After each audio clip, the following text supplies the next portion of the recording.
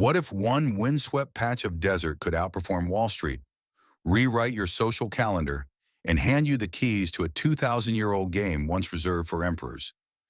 It sounds outrageous until you meet Dubai's newborn Grand Polo Club and Resort. Before the first mallet cracks across its emerald turf, fortunes are already changing hands in hushed phone calls and 10% deposit checks. But behind the champagne buzz, one silent variable could flip the entire playbook. Polo didn't set out to become a wealth filter, but horses, land, and lineage made it one long before the word luxury sold handbags. 2 millennia ago in ancient Persia, cavalry units used the game for battlefield training. Centuries later, Mongol Khans, Indian Maharajas, and finally British royals adopted the pastime, stitching prestige into every swing of a mallet.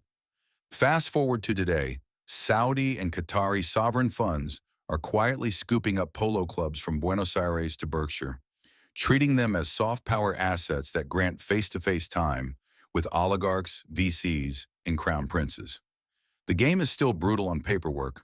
A single pony string costs more than a sports car, turf upkeep rivals a microstadium, and entry remains gated by bloodlines or bulletproof networks.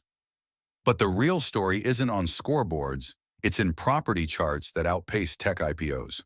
Global polo enclaves that mint millionaires take Guard's Polo Club in Ascot, a leafy slice of English aristocracy.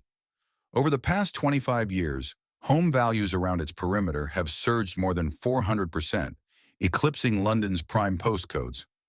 Cross the Atlantic to Wellington, Florida, the self-proclaimed equestrian capital of America, where certain villa prices ballooned 800% in 3 decades.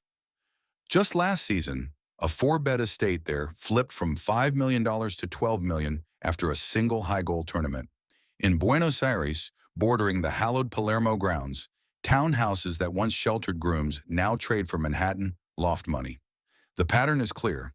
Put a polo field within a Tesla length of an international runway, keep supply painfully scarce, and watch equity sprint. Dubai has all three, plus one wild card no other city can match. Enter Grand Polo Club and Resort, Dubai's bold gambit. Picture it, a walled sanctuary just 7 minutes from Al Maktoum International, the 2030 mega hub forecast to eclipse every airport on Earth. Phase 1 of Grand Polo drops with 2 villa lines, sleek 3, 4, and 5 beds perched on plots starting at 5,200 square feet. Early whispers peg launch prices between 9 million and 24 million Emirati dirhams, with the 5-bed course view models staring straight onto the action. Emaar, Dubai's kingmaker developer, is taking expressions of interest now, 10% checks that will lock in allocation before brochures even hit coffee tables. The frenzy feels like déjà vu, because it is.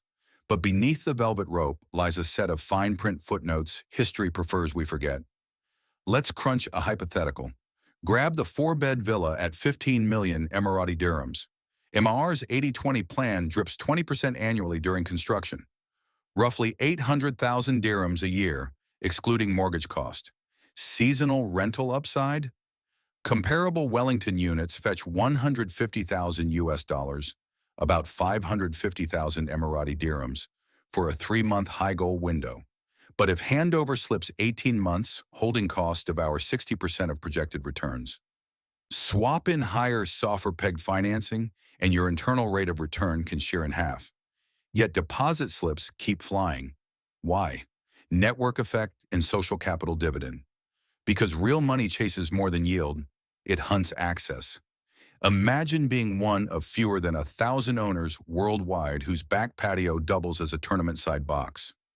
Private patrons' tents, silent auctions for royal charities, and hedge fund whispers over Argentinian asado, all baked into your HOA fees.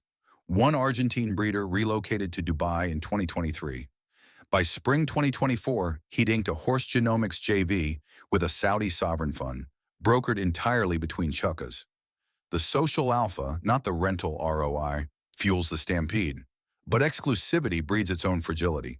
So here we stand, a project poised to fuse Dubai ambition with a 2,000-year-old badge of nobility.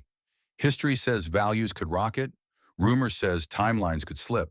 Polo's mystique promises social capital money can't buy. Liquidity math warns of cash flow winters. The final call rests not on glossy renders, but on your appetite for volatility chained to prestige. In the grand game of Polo real estate, will you steer the charge or end up the pawn beneath someone else's mallet? Take a look to the description below and get in touch with me to secure you a unit for this project.